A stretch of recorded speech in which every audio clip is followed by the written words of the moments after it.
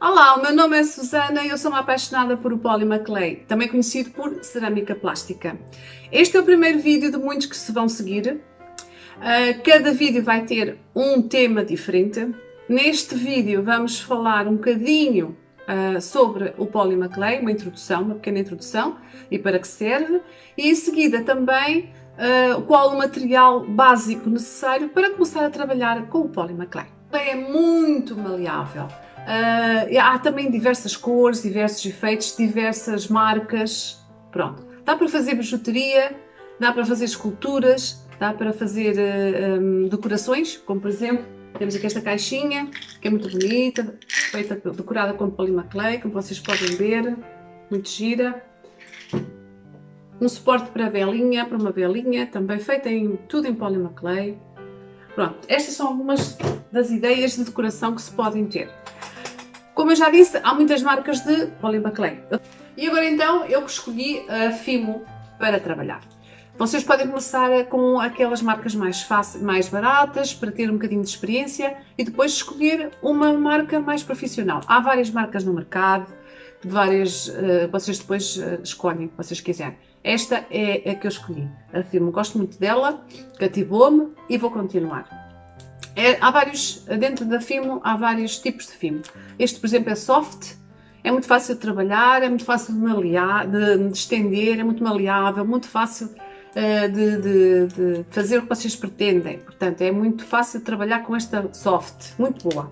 Depois temos a profissional um bocadinho mais dura, mas também mais consistente, mais brilhante. Ficam trabalhos lindíssimos, feitos com este profissional, com estas cores profissionais, muito boa mesmo. Depois temos o leather, que é a imitação do couro, que é muito bom para fazer este tipo de pulseira, que é mais forte, dá para ter um bocadinho de segurança, mais segurança, porque, principalmente nas pulseiras, porque por causa da abertura da mão, tem que ter um bocadinho mais de flexibilidade. E esta marca dá isso.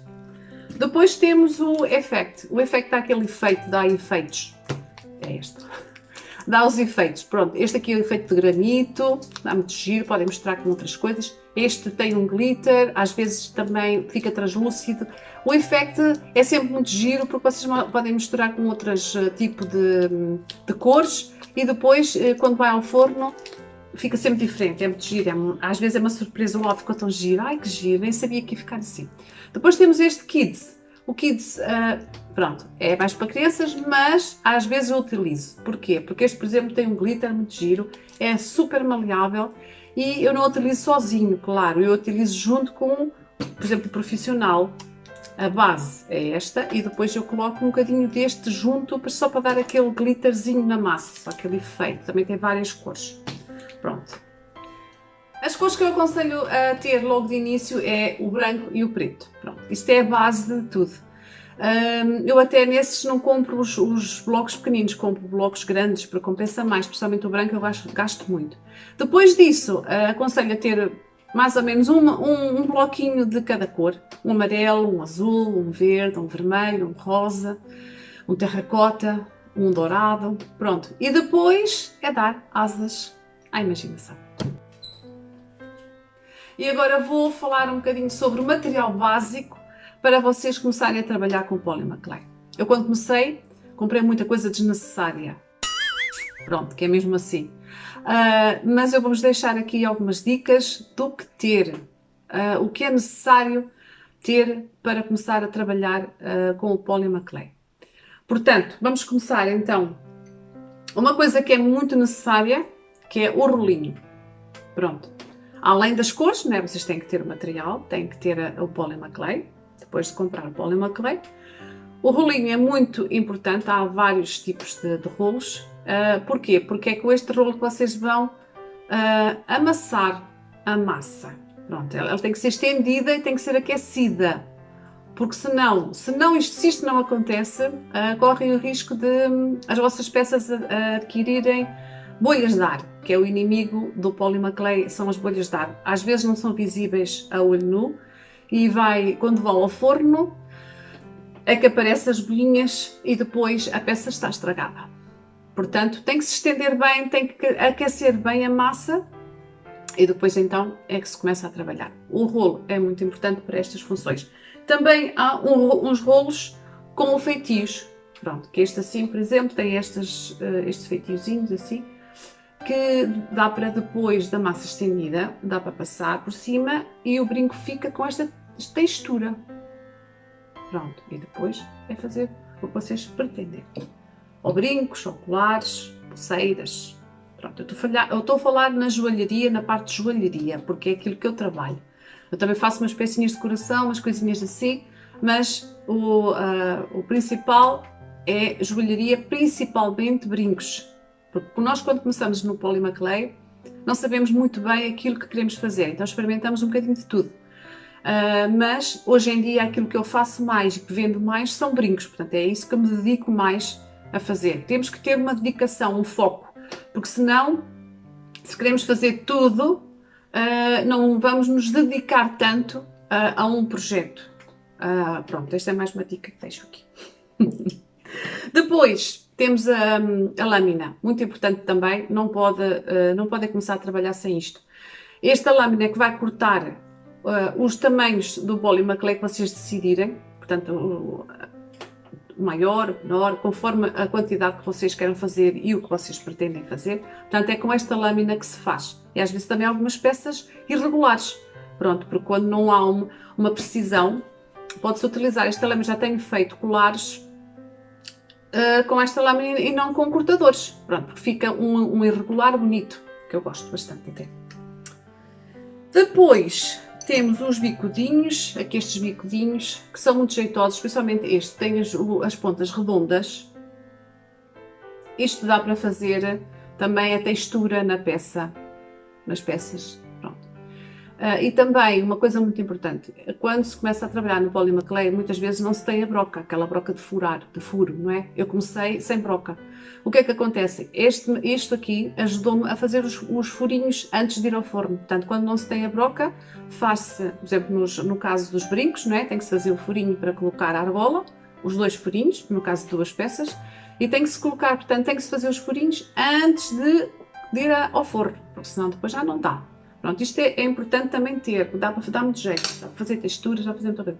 Este é assim mais bicudinho, também, e também tem aqui uma textura, também pode-se aproveitar para fazer uma decoração na vossa peça, uma coisa diferente. Este aqui também é madeira, tenho vários destes em madeiras, só vou mostrar um, não vou mostrar agora, mostrar todos. Este é giro porque tem tipo uma faca, e às vezes tem que se cortar, portanto, quando se faz muitas vezes trabalhos de esculturas, tem de haver um corte. Pronto, eu não faço trabalhos de escultura, mas quem faz utiliza. Eu utilizo isto no caso de brincos, por exemplo, quando os cortadores não são muito precisos e ficam aqueles bocadinhos que têm que ser cortados e têm que ser moldados, que fique mais ou menos perfeito, entre aspas, porque o artesanato nunca é perfeito, e é isso que é o interessante do artesanato, é não ser perfeito. Eu detesto coisas precisas, eu gosto de coisas assim, perfeitas, assim, com um bocadinho tortas, um bocadinho... Acho piada, acho giro, e o artesanato é mesmo isso, é gostar das imperfeições. Ora bem, uma coisa que também depois vocês podem adquirir, que é excepcional, mais tarde, ou logo, conforme, é a broca. A broca dá para lixar, portanto já traz vários acessórios, dá para lixar a peça, porque a peça depois de cozida tem que ser lixada, tem que se tirar as imperfeições, tem que se tirar o que está a mais, os excessos, tem que se tirar as impressões digitais, porque elas muitas vezes vão lá, a não sei que vocês trabalhem de luvas, mas eu não gosto. Portanto, ter uma broca é bastante importante. E também para fazer os furinhos, neste caso até já tem aqui o coisinho de fazer o furo. O furo, neste caso, com a broca, faz-se depois da peça já estar cozida, rija, seca. Deixa-se secar, não, deixa-se... portanto, a peça vai ao forno e vem quente, tem que se deixar ficar fria. Pronto. Depois, isto também é preciso. Depois uma coisa que também é muito importante são os glossos. Portanto, o que se pode colocar por cima depois da peça feita. Depois da peça terminada, as minhas peças quase sempre, quase todas, levam um protetor, uma base protetor, principalmente na parte da frente. Pronto. Este é o meu preferido, que é da Fimo também, que é um verniz. É muito soft, é muito maleável.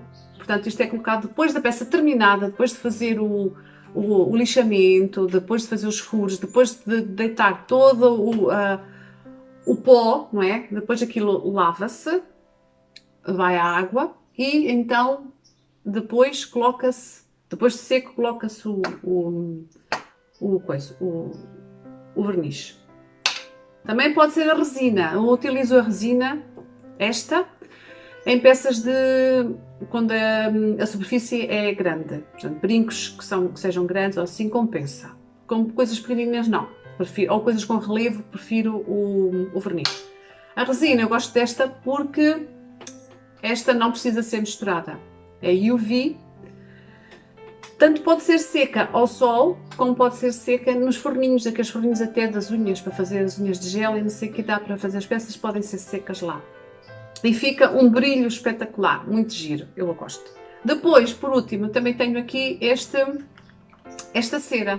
Isto é uma cera que eu utilizo nas partes de trás das peças, só para não tirar só aquelas mais, aquele baço, para ficar um bocadinho mais brilhante, mas não muito. E também utilizo nas peças tribais, naquelas peças mais de nature, que eu não quero que fiquem brilhantes porque tira o encanto da peça. Então é isto que eu utilizo só para proteção. Uma coisa que vocês também têm que ter, que é muito importante, é a lixa. A lixa, esta por exemplo, é a 400, é a que eu uso mais. Eu uso a 400, uso a 600, uso a 800, a 1000, pronto. A 400 é a mais durinha, é o que eu uso primeiro nas peças, na parte de trás, para tirar as imperfeições e às vezes na parte da frente também passo um bocadinho. Depois a seguir passo uma de 600 ou de 1000, só para dar aquele brilhozinho e está feito. Portanto, isto vocês têm que ter. Esta lixa é uma lixa de água, portanto é mergulhada em água primeiro antes de ir à peça, para também evitar que vocês inalem aquele pó que sai do lixamento. Depois, utilizo também muito o pigmento. Os pigmentos são muito importantes também porque ficam peças espetaculares. Já fiz peças com este pigmento que parece metal, e não é metal, é polymer clay, mas parece, pronto, dá a sensação que é, e é muito giro, como por exemplo esta pulseira, é polymer clay, não é? Mas eu coloquei aqui um pigmento, parece, não sei, parece silver, parece... Então, há vários tipos de pigmentos, pronto. Também podem utilizar sombra de olhos, mas eu não utilizo. Este é mesmo próprio para polymer clay. Este adere bem, é brilhante, ficam espetaculares. Tem outras cores, é uma caixinha que vem com várias cores que vocês depois podem adquirir também. É claro que também a tinta acrílica também é importante ter. As tintas também têm vários. Pronto, há estas assim, pronto, tem estas cores. Isto as tintas depois misturam-se com, a tinta acrílica mistura-se com a peça e eu vou fazer vídeos a explicar tudo o que estou aqui a mostrar, como fazer. Eu vou explicar, cada vídeo vai ter uma explicação deste material todo. Depois também temos uma coisa gira, que é o polymer clay em líquido. Isto é muito giro e muito útil, vocês devem ter, para começar, que é o seguinte. Dá para colocar com, por exemplo, estas tintas e amassar tudo, porque é maleável, junto com uma outra dura, portanto com estes blocos, assim. Como também dá para colar, é a única cola que vai ao forno, não polymer clay. Vocês não podem colocar uma cola das outras e ir ao forno, não, tem que ser esta. Pronto, se vocês quiserem sobrepor uma peça à outra, portanto, eu já tenho feito brincos assim, faço a base e depois coloco um bocadinho desta cola e depois por cima coloco uma outra base e colo as duas peças e fica assim, vai ao forno e fica colado. Isto dá muito jeito, é mesmo a única coisa que vocês podem colocar. Depois temos as colas, que também é importante, principalmente esta ou outra, não é? Pronto, uma cola destas boa que cola depois, no caso dos brincos, vocês têm que colar a parte de trás, os pininhos. Então esta é muito boa para isso. Pronto, também, a cola também é importante ter. Ora, o que é que eu tenho aqui mais? No caso de joalharia, não é? Uma coisa que vocês têm que ter são estes alicates. Este alicate de pontas chatas, que serve para agarrar, pronto, a agarrar a peça ou agarrar a argola. Tem este pontas redondas que serve para apertar e também no caso do arame, dos arames, para fazer, para rodar o arame na direção que vocês pretendem e fazer aquilo que vocês pretendem. É com este que se faz. E depois este que é cortador, este corta o arame, corta o que vocês entenderem, é muito bom também. Estes três também aconselho a ter. Depois as texturas. Texturas. Vocês podem adquirir, este já é uma coisa mais secundária, pronto, vocês podem fazer peças simples, portanto, só lisinhas. Mas, às vezes pode se tornar um bocadinho aborrecido, então temos as texturas. A textura, há este tipo de textura, pronto, que é assim mais rija, tipo plástico. Há, por exemplo, estas mais pequeninas com efeitos, também muito bonitos. E há estas de silicone, maleáveis. Esta pulseira foi feita nesta de silicone. Foi feita com, já vos vou dizer, qual é o desenho. É este aqui, pronto, é este desenho. Foi feita nestas, mas já há várias, pronto, há muitas. Vocês depois têm que, se quiserem dar um toque especial à vossa peça, é adquirir. As texturas também podem ser em madeira, por exemplo, tenho estas tribais muito giras, é tipo uma estampa, pronto, isto é estampa, e que fica um efeito muito, muito bom. Estes assim. Para quem quer fazer brincos, precisam de cortadores. Pronto, porquê? Porque, por exemplo, uma peça destas assim, esta nem foi feita com nenhum cortador, foi feita manualmente, com aquela laminazinha que vos mostrei, e depois isto aqui é sobreposto a flor. Mas se vocês, o brinco é importante que tenham cortadores, porquê? Porque são dois, portanto a dificuldade em serem iguais acrescenta-se, é maior. Portanto, se vocês tiverem um cortador, o brinco fica igual, não é? Fica, pronto, em brincos convém. Portanto, vários tipos de cortadores. Há estes metálicos assim, eu comecei com estes metálicos, mas depois passei para estes plásticos. Gosto mais. Este é bom também, mas corta muito, com muita precisão demais. Portanto, nota-se muito o corte. Eu não gosto, porque depois tira aquele aspecto artesanal. Depois tem que se lixar muito e não sei o quê. Estes aqui, como já são as pontas mais arredondadas, a peça já fica um bocadinho mais artesanal, não se torna tão artificial. Mesmo assim, depois no fim eu passo sempre a lixar, mesmo com estes, porque eu quero tirar aquele, eu quero que saia aquele corte. Depois eu faço também vídeos a explicar isso. Pronto, tem vários formatos, assim. Convém ter diferentes, não é? Porque senão torna-se aborrecido. Uma coisa também muito importante que devem adquirir, podem não adquirir logo de início, mas que vai fazer toda a diferença no vosso trabalho, é a máquina de pasta. Pronto, a máquina de pasta, enquanto o rolo, qual é a diferença? O rolo vai moldar a massa, ao princípio, não é?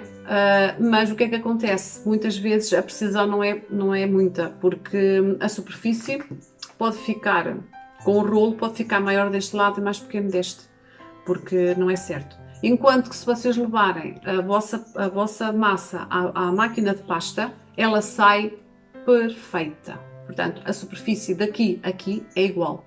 O que vocês podem trabalhar tranquilamente, que a peça vai sair igual, os cortes vão sair iguais. Portanto, e também para fazer algumas técnicas, como por exemplo o Skinner Blend, que é uma técnica que eu utilizo muito, que faz aquele degradê, é necessário a máquina de pasta. Sem isso vocês não podem trabalhar.